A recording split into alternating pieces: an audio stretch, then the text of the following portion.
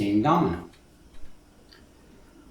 So really, we play Kingdomino per the rules as written.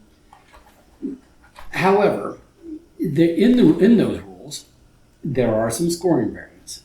And what I will say is that, in our opinion, the way we play, we always play with the scoring variants, which I'm going to go over here in a moment. But let's talk about how to set up the game and how to play. So it is a 2 to 4 player game, and with 2 players, you're going to play both of these. So I will talk about the 2 player after I talk about the 4 player, because typically we don't do this as much as a 2 player. We will sometimes play it as a 3 player, but generally speaking, we will play this as a 4 player. So I'm going to talk about the 4 player, and then I'll talk about differences from the 4 player after that. Firstly, all of these tiles, they have numbers on the back, individual distinct numbers, and they all have terrains on the front, and the terrain will have some artwork, which doesn't really, most of the artwork, like whether it has a windmill or show stones, doesn't really mean anything. If it has a crown, that's significant. So what's significant about this tile is it's yellow, which I guess is plains. We sometimes call desert, but I guess it's plains. With a crown, and then this brownish black, which is a mine. And like this tile is forest with a crown and ocean with nothing. Ocean with a crown, plains, I guess, like that. Well, the reason why we call this one desert is because there's also, let me show you, like this one here. So this one, we'll call this one plains, and we'll call this one desert.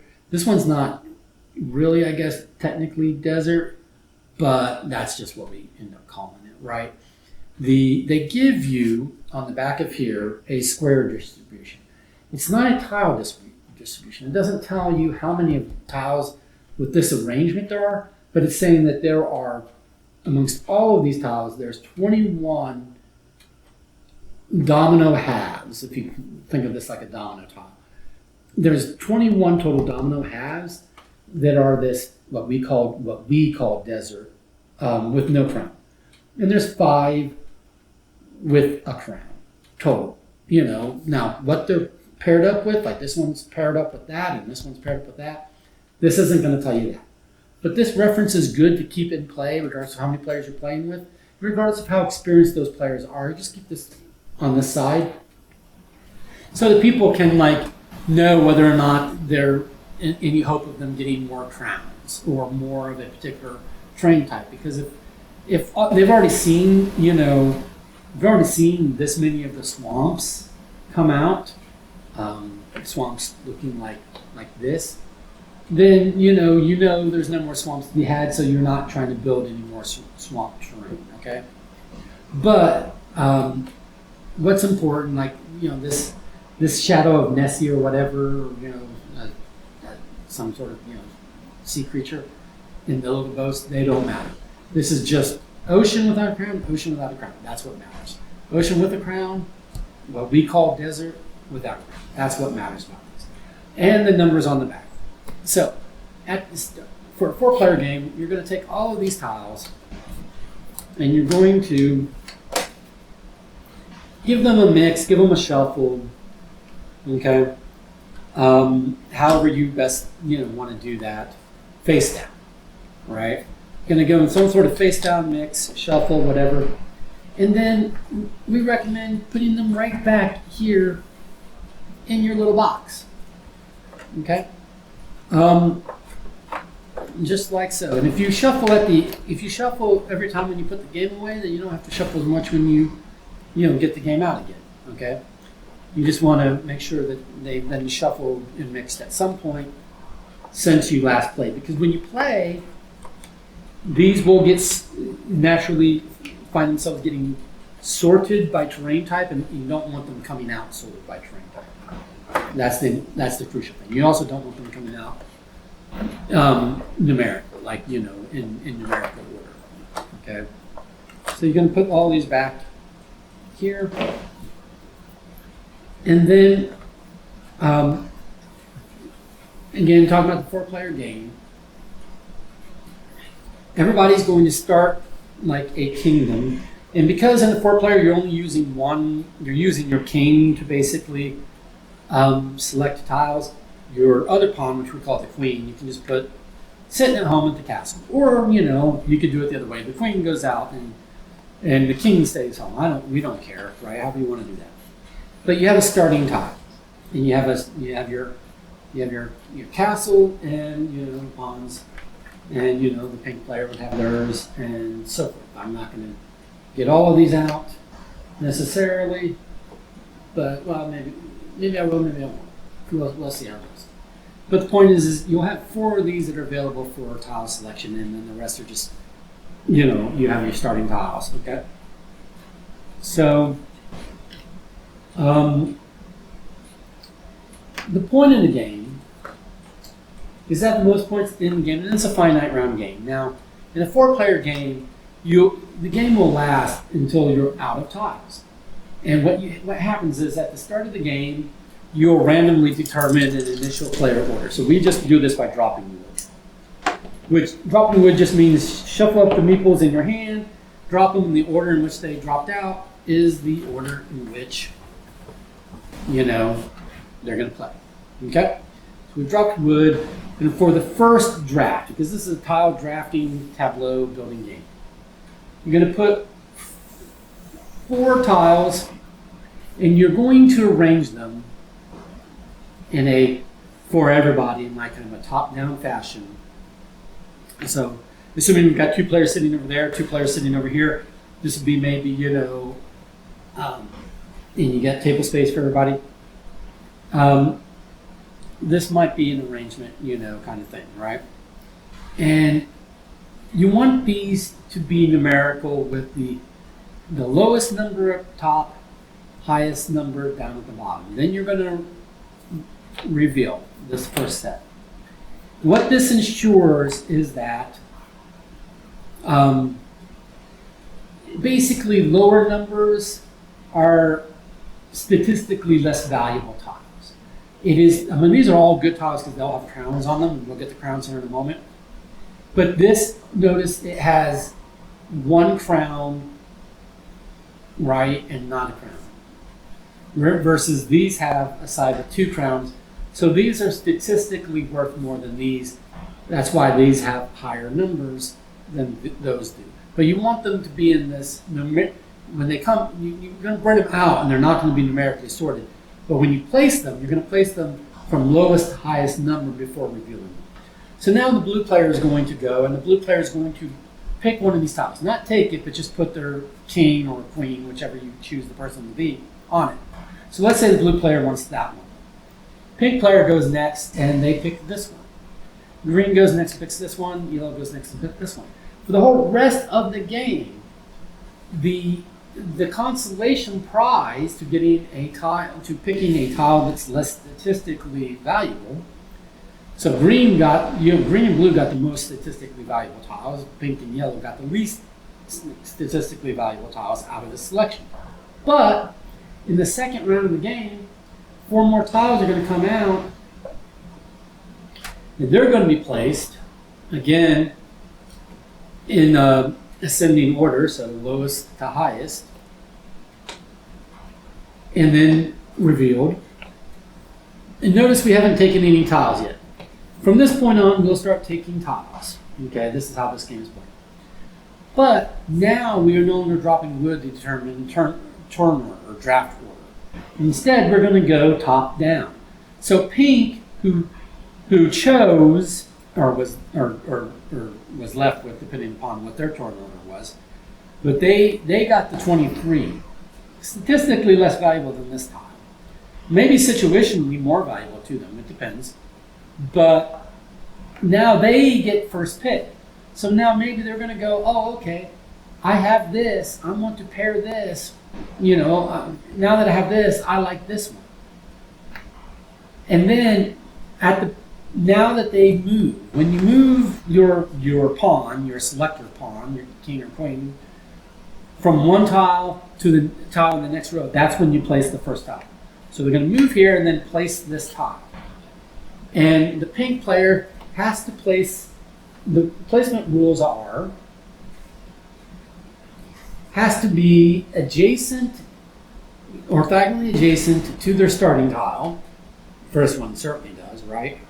Whatever orientation they like, they could go right side up, they could go, like that, they could go down, they could go cockeye, or, sort of like that, right? So, there,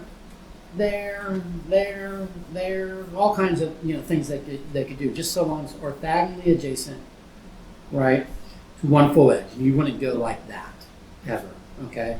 It's orthogonally adjacent to one full square, okay? To their center tile, or to a pre-existing matching terrain. So let's say the next time they go to place this one, they could place this one like this because the yellow matches the yellow.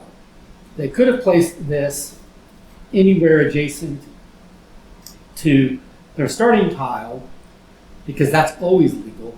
What they could not have done is place this here because this is not now adjacent to the starting tile, nor is it adjacent to the same terrain. This terrain is not the same as that terrain, right?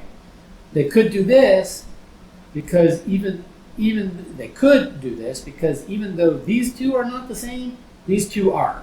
And it just has to be adjacent, it has to connect to at least, it has to connect to one same terrain or connect to the middle. That's the placement rule, okay? The other placement rule is you can never go outside of a total 5 by 5. What do we mean by 5 by 5? This is 1, 2, 3, 4.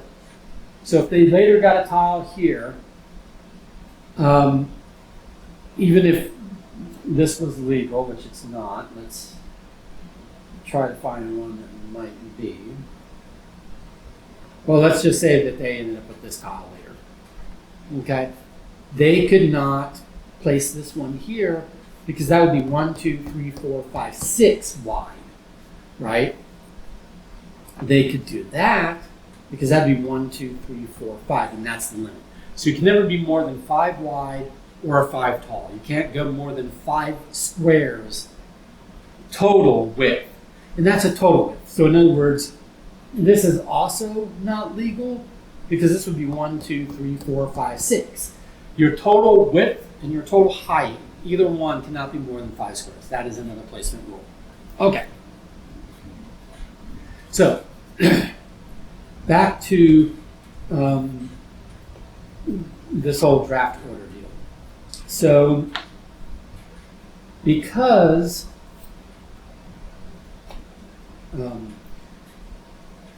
so pink will get the first draft of these tiles and place this tile at that time. So they go and say, hey, I'm going to place this like this. Boom. Now yellow can go, and yellow goes, oh, I want more ocean to go with this.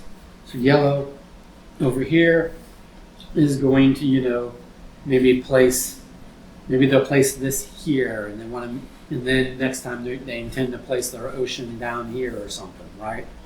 And then blue's going to go, and then green gets stuck with what's left. And they meanwhile they're going to place their tiles. Then the next round, you're just going to rinse and repeat, and you can go back and forth of whether you're placing the new tiles to the left or right of the existing column, so that you just always end up with basically 2 columns. So in the next round, again, you're going to put these in numerical order first before flipping them over. Like so. And now yellow will get first pick. Yellow goes, oh, I guess I'm going to go over here. And then blue goes, oh, I guess I'm going to go here. And green goes, I think I want this. And then pink goes, well, I'm left with that, right? And then, meanwhile, then they're going to, as each one comes off, they're going to place, as each pawn leaves this column, they're going to place that tile as they go into the new tile. And the game just continues that way until you've drafted the last tile. Once you've drafted the last tile, so the game, at the end of the game, there'll be one column, everybody's sitting, because all these tiles have been placed out in kingdoms or discarded.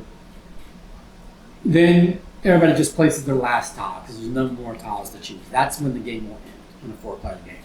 Okay? So what is the point? What is it you are trying to accomplish? Well, at the end of the game, for each individual terrain type in your kingdom, for each individual terrain area, I should say. So terrain area, it doesn't matter, you could have the same terrain more than once.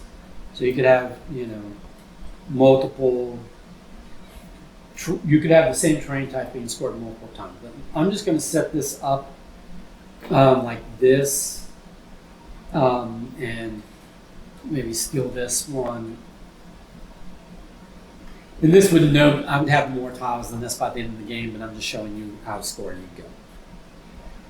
For each terrain area is one completely orthogonally adjacent area of the same terrain type. So this is a yellow terrain area.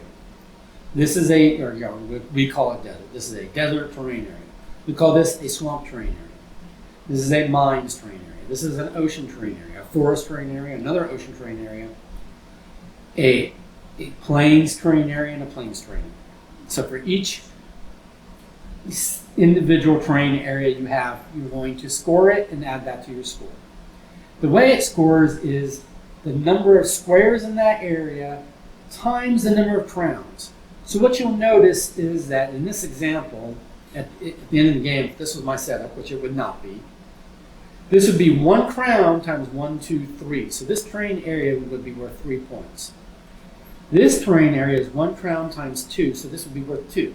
So I've got 3 points plus 2 points is 5 points. This terrain area is only 1 tile, 1 square, but it is 2 crowns, so it'd be 2 times 1 is 2. So now I'm up to 3 plus 2 plus 2. This is worth 0 because it's 1, but no crown, so it's 1 times 0. This is 1 times 0. This is 1 times 1, worth 1 point. This is 1 times 0, worth 0 points. And this is 2 times 0, worth 0 points. But if I had, done something like I had this, and I had this going on, first of all, I need to make sure this is legal. Is this legal? 1, 2, 3, 4, 5, 6. No, this would not be legal, right? But I could do it like this. This would be legal because this would be 1, 2, 3, 4, 5 wide, right? And 1, 2, 3, 4, 5 tall. That's legal, right?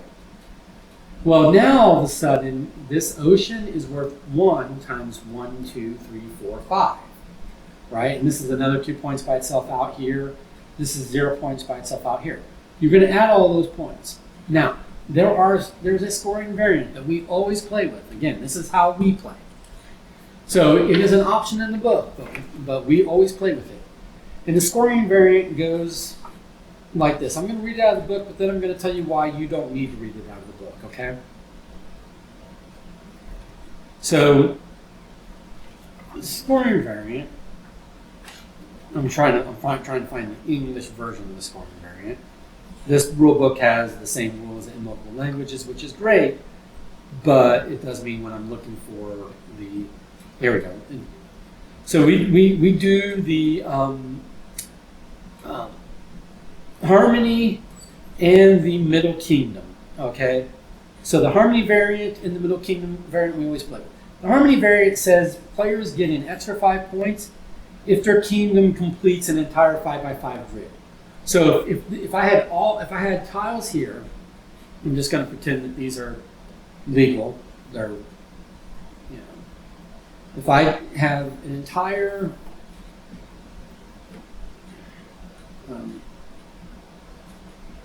here we go, that's legal. So if I end up with an entire 5x5 grid, exactly 5 wide, exactly 5 tall, and no holes anywhere, no gaps, that's worth 5 extra points. Okay, that is a variant we always play with.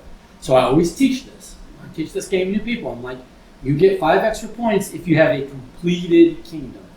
5 by 5. You get a middle kingdom means you get 10 extra points if your castle is in the exact middle square of your kingdom.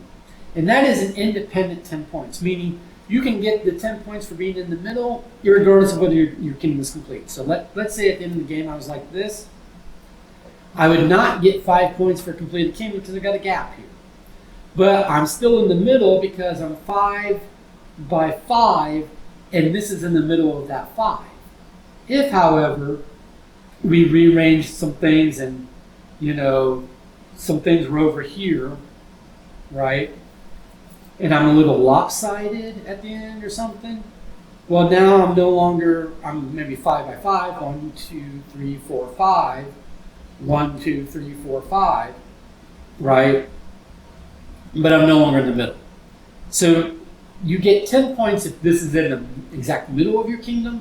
You get 5 points if your kingdom is exactly 5 by 5. So that means you could get 15 extra points total if you completely map out your kingdom to be what we might consider a perfect arrangement, right?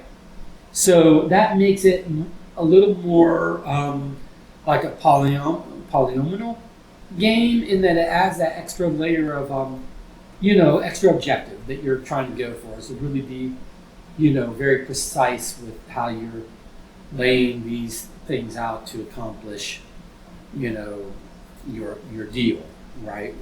Whatever your deal is. So there we go, I've accomplished it, right? So I get 15 extra points in this case because I get 5 from being a completed 5 by 5 kingdom, no gaps, and an extra 10 for being in the middle. That's in addition to the points I get for each terrain area, which remember is each terrain area is number of crowns times number of squares in that particular terrain area, right? And you can score the same terrain type more than once. So I can score, I can score this area. And if any of these had crowns, they could score also, even though they're not connected, right? This forest all happens to be, connected, but if I change this around, perhaps it wouldn't be, and that would be fine. What would happen is, assuming I can make this legal. I'm struggling at the moment to make this legal, but you get what I'm saying is that, in this case, you could score here, and I could score this forest, and I could also score that forest, right? Now, this is why I say you don't need to look up the rule variant, because what we tend to forget is which one of these two variant rules is worth 5 points and which one of these two variant rules is worth 10 points. Is it 5 points for a completed kingdom, or is it 10 points for a completed kingdom? Is it 5 points for being in the middle, or is it 10 points for being in the middle? Here's the truth. It doesn't matter. Just teach it. Just know that it's 5 and 10. Pick which way it's going to be for this game. Teach it that way to everybody at the table. You will generally know the rest of the rules already, so then you don't have to get the rule book out at all, and you make it just a quicker setup, a quicker teach for new players. And new players, they're not going to know, and they're not going to care, and you don't care, because it is really no more easy or difficult to complete your kingdom than it is to be in the center of your kingdom. There are times when it is beneficial for a person to score a lot of, score better on their terrains by, expanding out this way, and they give up being in the center. And as long as they know, because you've taught it in one particular way, that they know that they're giving up that center bonus, it doesn't matter if that center bonus is 5 points or 10 points, as long as you've told them one value or the other during the teach. So you don't need to look it up. Just remember that there's these two bonuses, one for being a completed kingdom, one for being in the center. One is worth 5 points, one is worth 10 points. You can just decide which is worth which at the beginning of the game. Not at the end of the game, but at the beginning of the game. Tell everybody one thing. Hey guys, we're playing this today. Here's how we play. And by the way, you get 10 points for having a completed kingdom. You get 5 points for if you happen to be in the center of your kingdom, whether it's completed or not. That's not technically correct, but it's fine that it's not correct, right? So just pick, we recommend playing with those variant scoring because it adds more thinking and more strategy and more depth to the game. It's more for you and the other players to think about. I really want those extra points. And if I'm not doing well on my terrain scoring, maybe I can make up for it because I'm completing my kingdom and I'm keeping my castle in the center, and I see that those other players are not. So I'm going to make up some points that way, right? It gives more opportunity to the players to diversify how they're getting points. So definitely play with those, but it doesn't, at the end of the day, matter which one of the two criteria is worth 5 and which one is worth 10, as long as you teach it one particular way at the beginning of the game and then stick to it at the end.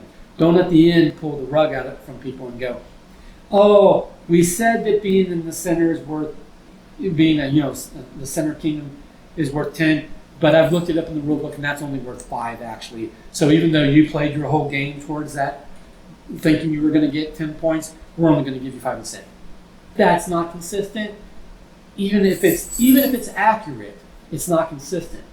And remember, the point of this series is that fun and consistency is more important than accuracy. It's more important to be consistent about the rules from the teach all the way through the whole game, for all players' turns, for the entire length and time of their strategy, the entire way they've been playing the game, so the game ends the way they, scoring the way they thought it was going to score and playing the way they thought it was going to play because it's the way you taught them.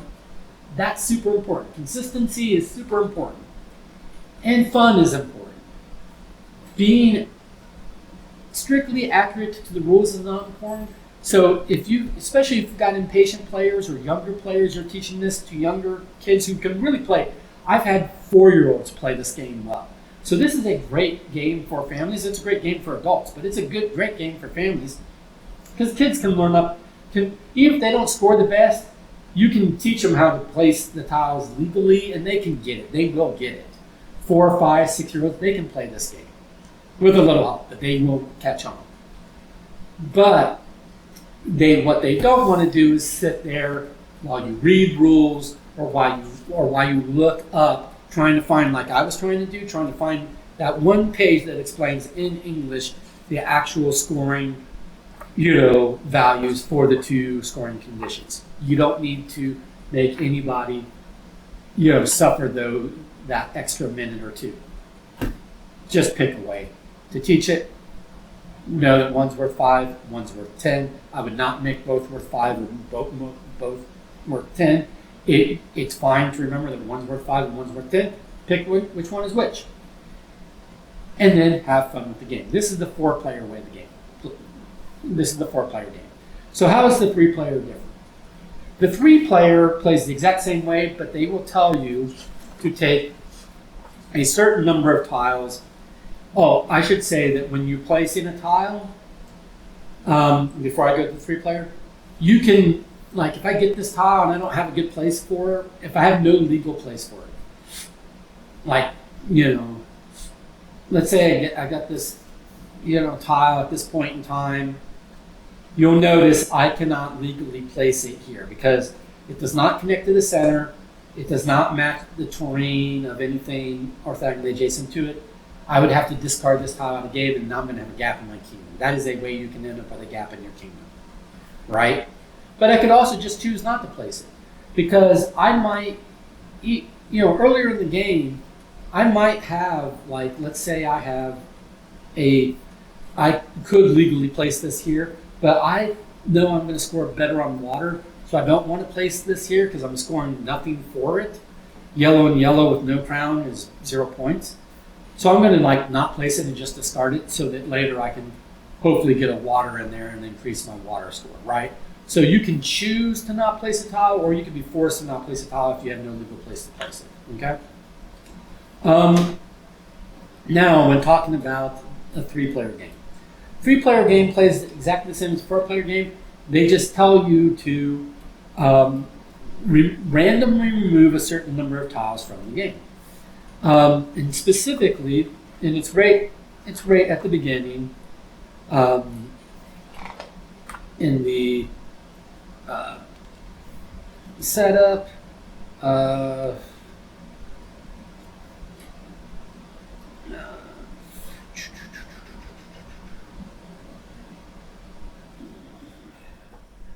tell you it's right at the beginning. I know that it is.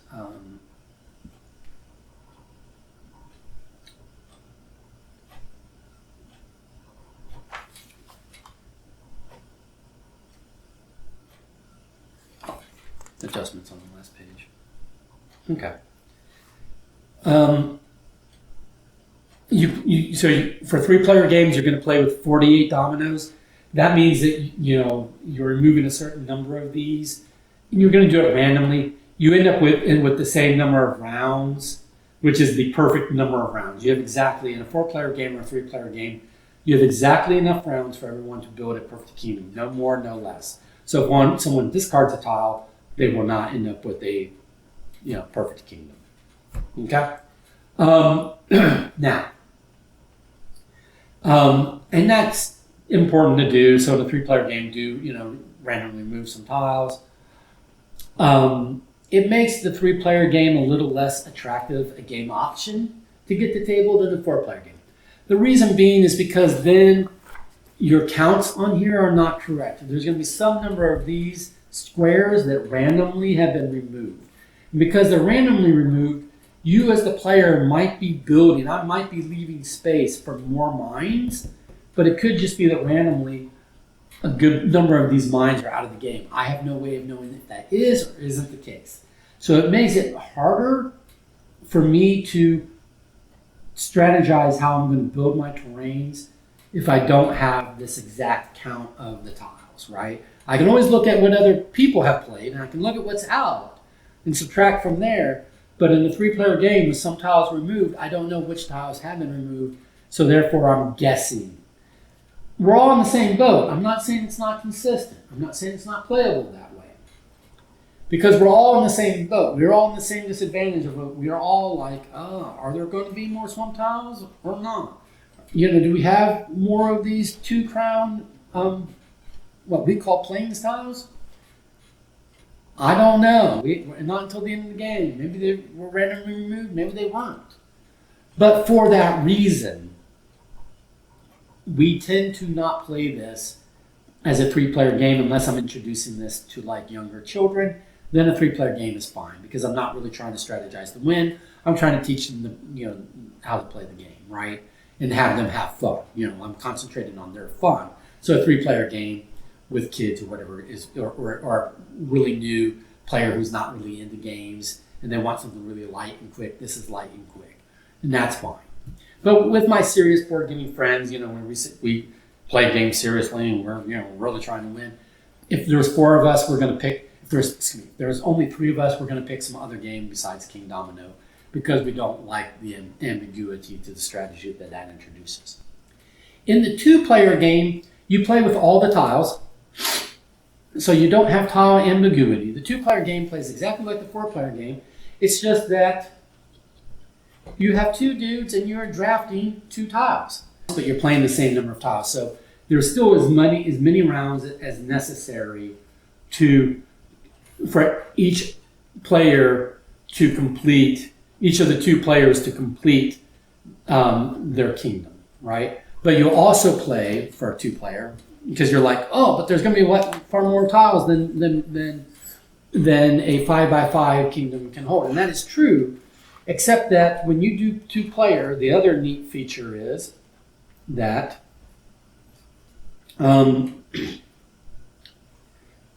you do 7 tiles. You do a 7x7 grid. So you can build your kingdom out to a width of 7 and a height of 7. And now the completed kingdom bonus, 5 or 10 points, whichever you decide it to be, is for being a full 7x7.